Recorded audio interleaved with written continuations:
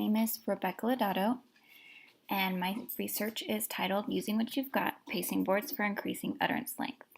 My supervisor for my project was Miss Erin Sherman.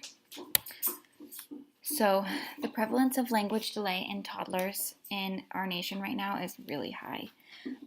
For toddlers from 18 to 23 months old, the percentage is 13.5%, and when they get a little older, from 30 to 36 months old, it's anywhere from 16 to 17.5%.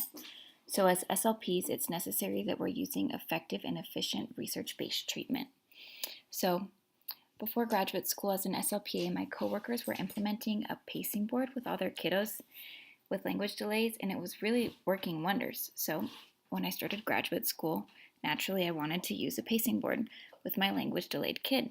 However, my supervisor said, okay, show me the research, and I could not find any research to back this clinical decision. So with my project, I intended to fill this gap in research by comparing traditional therapy methods implicated with and without a pacing board.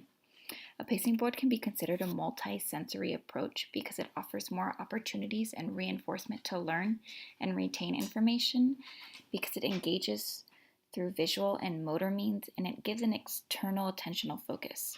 So they have been proven to increase responsiveness to cues and models, and they can increase that retention of skills, which is what we're really looking for in therapy. So a background, some traditional therapy methods that are backed by extensive research are expansion, recast, modeling, and verbal routines.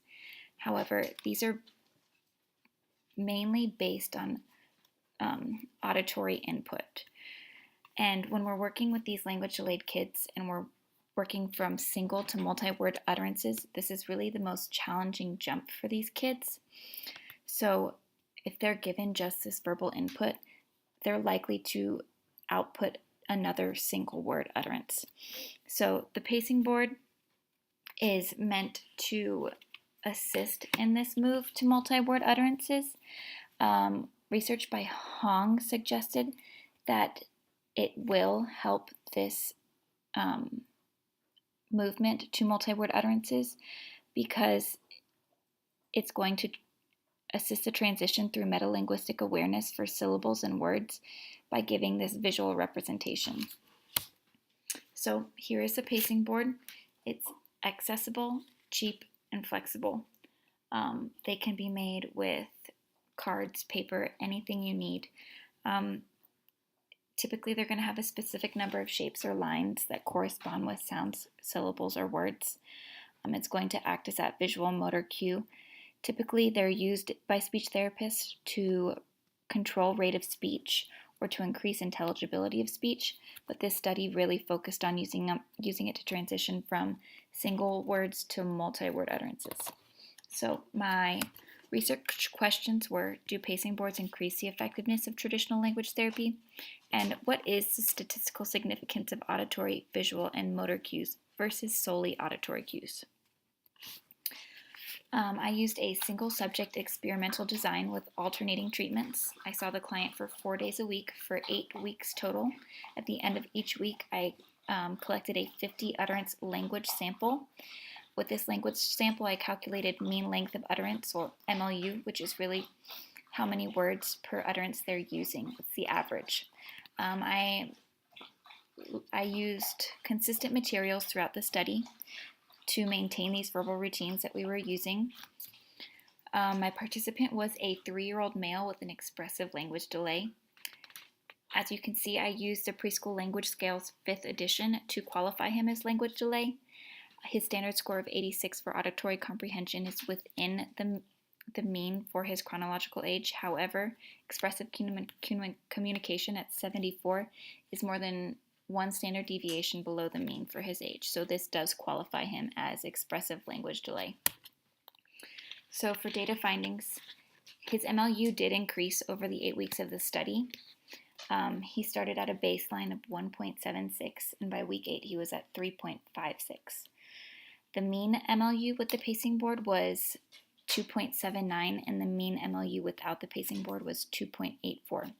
I randomly assigned half the language samples to an inter-rater, and we had 98% agreement on MLU calculation. This chart represents MLU growth over the course of the study, comparing with and without the pacing board. The blue line signifies the treatment without pacing board, and the gray line signifies treatment with the pacing board, and they're both starting at the baseline of 1.76. For statistical analysis, I computed a t-test of independent measures to compare the difference between the two treatments. However, unfortunately, the means for treatment with and without the pacing board were nearly identical. Therefore, there was no significant difference found between the two treatments. However, I completed a t-test of repeated measures for growth in MLU over the course of the treatment, and as you can see, my p-values are all less than my alphas, meaning there was significant growth over the course of the study. I did the repeated measures for growth from beginning to end, and then I also did one for MLU with the pacing board and MLU without the pacing board, all showing that significant growth. Percent of non-overlapping data was used to calculate effect size. Percentage of non-overlapping data calculates the percent of non-overlap between initial baseline and excessive intervention. And because no points dropped below the baseline, the P&D calculated an effect size of 100%. Therefore, both treatments had a significantly strong effect size. For my confounding variables, I did have a single subject design. However, being a graduate student and being located in Portales, I was very limited to what I had access to for this project. Just finding that one subject delayed my project for 3 whole months. The alternating treatments also proved to be a bit difficult.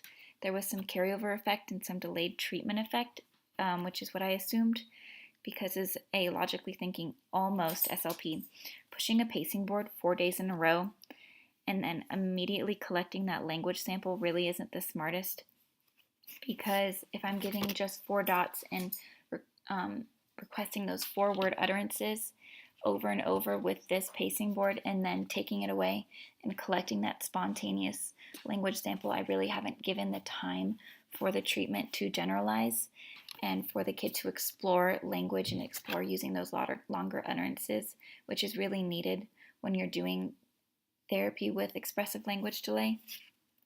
My subject selection was not randomized. It was a convenience sample.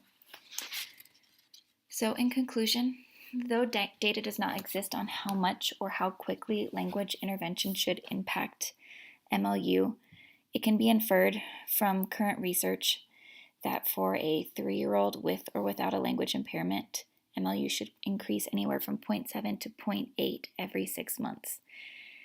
And my participant increased by 1.8 morphemes per utterance in just 2 months. So although we can't really differentiate the effectiveness of the two treatments separately, alternating them resulted in a strong and significant increase in MLU with a significant effect size. So treatments were significantly effective and complementary. For future research, I definitely want to increase the number of subjects. That way I can implicate a experimental and a control group.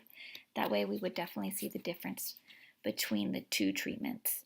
I think increasing the length of study and increasing the number of data points would also give us more information on how these two treatments are working and how different they can be. And my references. Thank you.